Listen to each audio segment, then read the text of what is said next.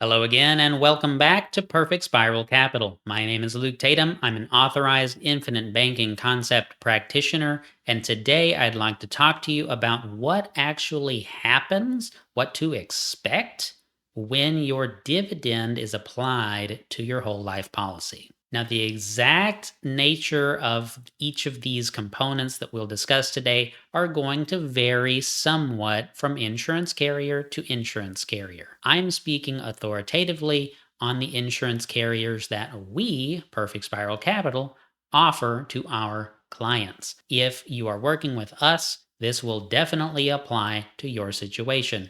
If you have a policy with someone else, then I'm not sure exactly what the differences will be. However, if you have any questions or there's anything that we can help with, please don't hesitate to reach out. You'll find all our contact information in the description box below this video. All right, let's get into it. When your dividend is applied, well, that's going to be on your policy anniversary.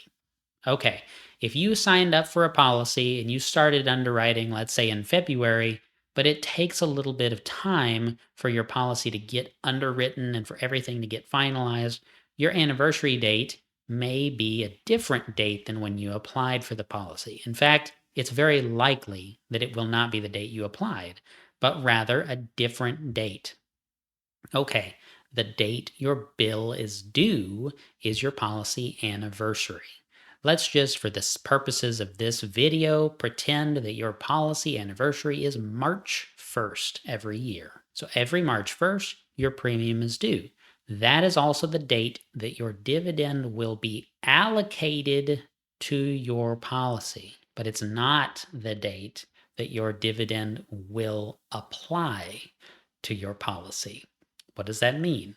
Well, there's a little bit of a delay in the insurance world whenever you make a payment. If I pay some additional PUA premium into my policy, what's the wait time on that? It takes about 2 weeks before my cash value actually increases to reflect that that payment has been made. They get the funds sooner than that. But it takes about 2 weeks before that's reflected in my dashboard as a consumer, in my cash value, in my loanable balance, all of those things. It just takes some time. And a dividend is no different. So let's say that your policy anniversary is March the 1st. You make your annual premium payment, and then about 2 weeks later, your cash value will increase by who knows how much. It depends on your policy. That's when your dividend is going to show up. And then if your carrier has a detailed view, which they should, or your agent should be able to provide this to you, it will show you, okay, how much of that is a dividend from the base policy, how much of that is a dividend from your paid up additions that you've purchased, etc. There should be a level of minutia that you can get into if you're interested to see exactly where all the different dividends are coming from. But for your purposes as customer, you just sign into your online portal. You'll see your available cash value.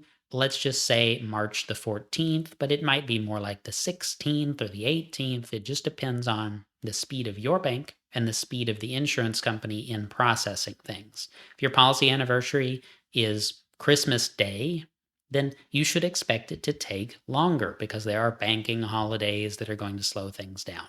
Okay, fair enough. But what about if you see your cash value decrease before your policy anniversary? Let's say it's February the 19th and you see your cash value decrease right before your policy anniversary. What does that mean? Is this like a Black Friday thing where they raise the price and then decrease the price to say that it's on sale? No, that's not what's happening. It does freak some people out, but that means that your policy has what's called automatic premium loan attached to it. Okay, what is automatic premium loan? Some carriers, some even offer this by default, have the option for you to have an automatic policy loan. In other words, they will reserve some of the cash value in your policy just in case you don't pay your premium on time.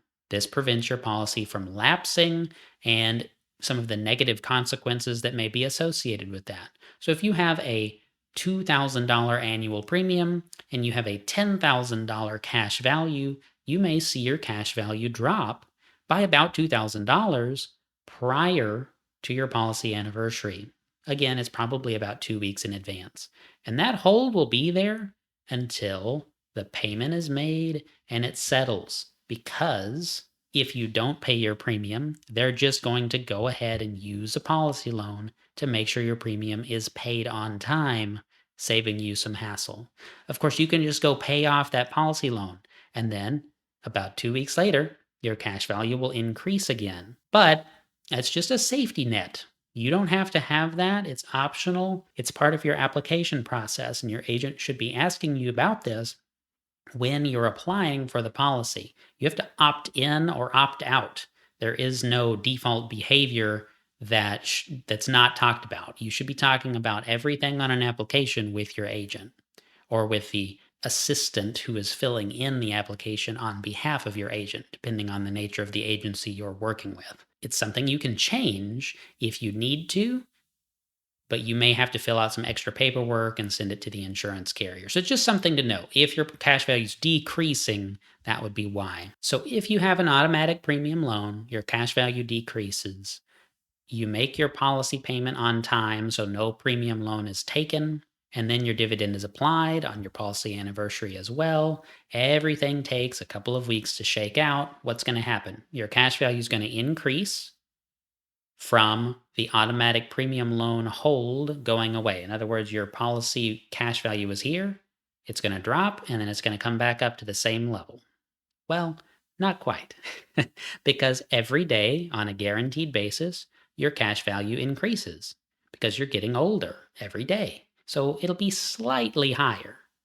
And then your dividends will apply, and then it'll go up more from that. So all this kind of happens at the same time. And it can be a little bit difficult to figure out what all the different mechanisms are. But you should have a pretty substantial jump there in your cash value.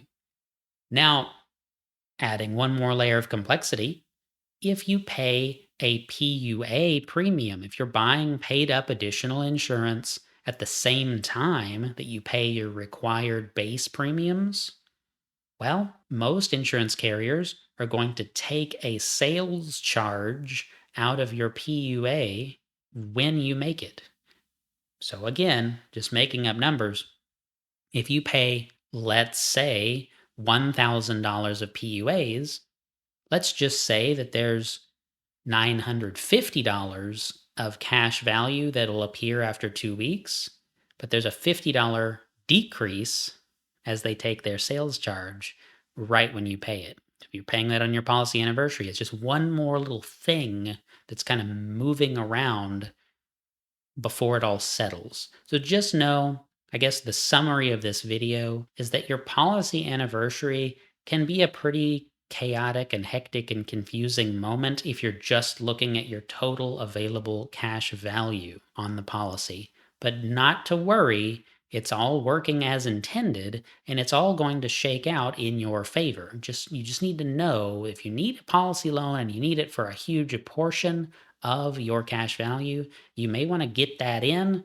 before all this other stuff starts happening. All right, I hope that helped. If you have questions on your policy or a potential policy you're thinking about, be sure to reach out to our team. All of our agents are qualified and ready to help you navigate this sometimes confusing financial tool. It does get a lot easier. This video is really more for people who are having their very first policy anniversary. It can be a little bit of a freak out moment, but I hope that this helps you regardless of how long you've had your policy or whether or not you have one yet. It's just something to be aware of as you get into that first renewal period.